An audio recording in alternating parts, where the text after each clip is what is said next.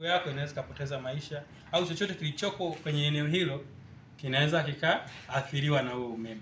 Kwa hiyo ni sababu ya kwanza ya kiusalama kwa upande wa raia. Lakini sababu ya pili ya usalama ni usalama wa miundombinu yenyewe.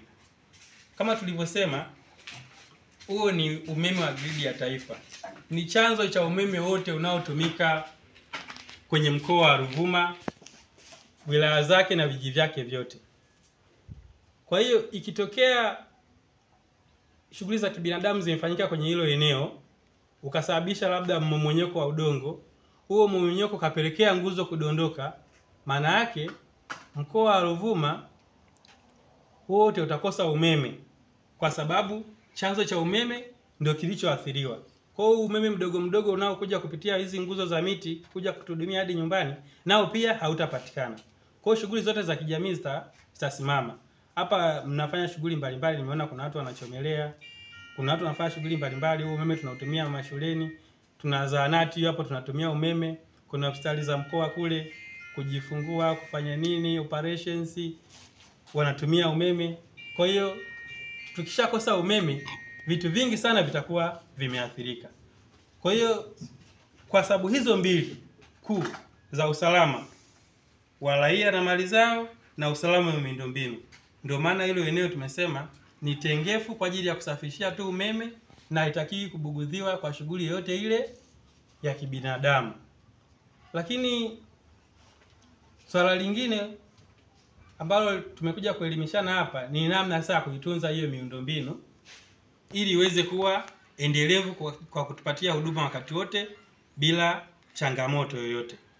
Na tunakuja hapa kuyasema haya kwa sababu tayari kama binadamu ambaye aliwahi kung'atwa na nyoka, akiguswa na jani lazima anashtuka. Kwenye maeneo mengine huko nyuma kumepatikana hujuma. Kuna vijiji kama vitatu, eneo la Mshangano, eneo la Tanga na Mageuzi. Kuna watu ambao hawana nia njema wameenda wameng'oa zile senyenge ambazo zinazuia mtu kuweza kupanda juu ya nguzo. Kwa hiyo tunasema haya hapa ili na nyie sasa mchukue tahadhari mapema kama wananchi wa Mbangamawe, ili kwenye eneo lenu na nyie hujuma zisifanyike. Hujuma kama hizo zinaanza taratibu. Leo mtu ameng'oa zile senyenge zinazozuia mtu kupanda juu. Kesho ataanza kufungua vyuma. Wakishafungua vyuma, ile nguzo jinsi vile vyuma vilivyopangwa, vimepangwa katika namna ambayo vinategemeana, vinatengenezana balance. Kwa hiyo kishaanza kufungua kimoja au kingine au viwili vitatu, tayari ile nguzo itakosa ile balance yake ya kuweza kusimama na itadondoka. Ikishadondoka, madhara ndio kama ambavyo nimeshakwisha kuelezea. Mkoa mzima utakosa umeme na huduma zote za kijamii zitasimama ambazo zinategemeana na umeme. Kwa hiyo ndio maana tunaelimishana haya mapema ili sasa sisi kama wakazi wa Mbangamawe tuchukue hatua ili nguzo zilizopo kwenye eneo letu ambapo tunataka takriban nguzo 30 tuhakikishe kwamba hazihujumiwi. Ile hizo nguzo zinalindwa ili tuweze kupata umeme wa hakika wakati wote. Tunaelewana na Mbangamawe? Yeah. Tukifanya hivyo tutajihakikishia kuwa na umeme wa hakika wakati wote. Na hivyo tutakuwa na maendeleo endelevu.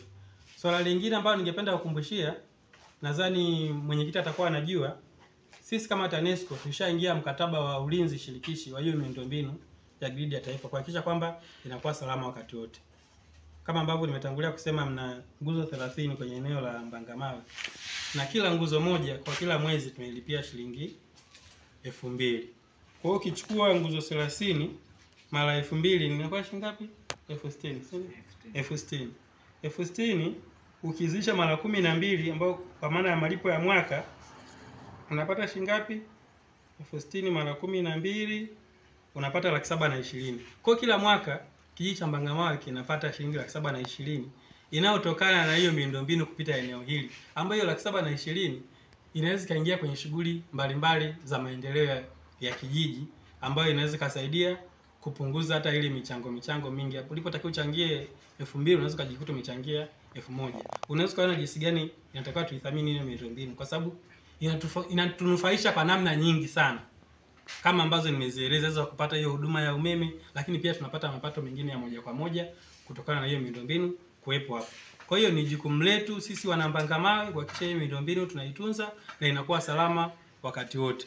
Sisi watumishi wa TANESCO kama mnavyojua tuko wachache na hatuwezi tukajigawa katika kila kona ambapo hii miundombinu yetu imepita. Kwa hiyo walinzi wakubwa tunaowategemea kulinda hii miundombinu ni wakazi wa maeneo husika. Kwa hiyo nyinyi Wanambangamawe, kabla ya sisi kuhakikisha miundombinu inakuwa salama, nyinyi ndio mna hilo jukumu la kwanza. Kwa sababu swala la ulinzi wa miundombinu ya umma ni jukumu la kila mwananchi. Nadhani wote hilo tutakuwa tunalifahamu. Kwa hiyo tumekuja kukumbushana haya ili kwamba tuweze kushirikiana katika kuitunza hii miundombinu ili iweze kutusaidia sisi kama Mbangamawe, itusaidie kama mkoa wa Ruvuma, lakini pia itusaidie kama taifa kwa ujumla.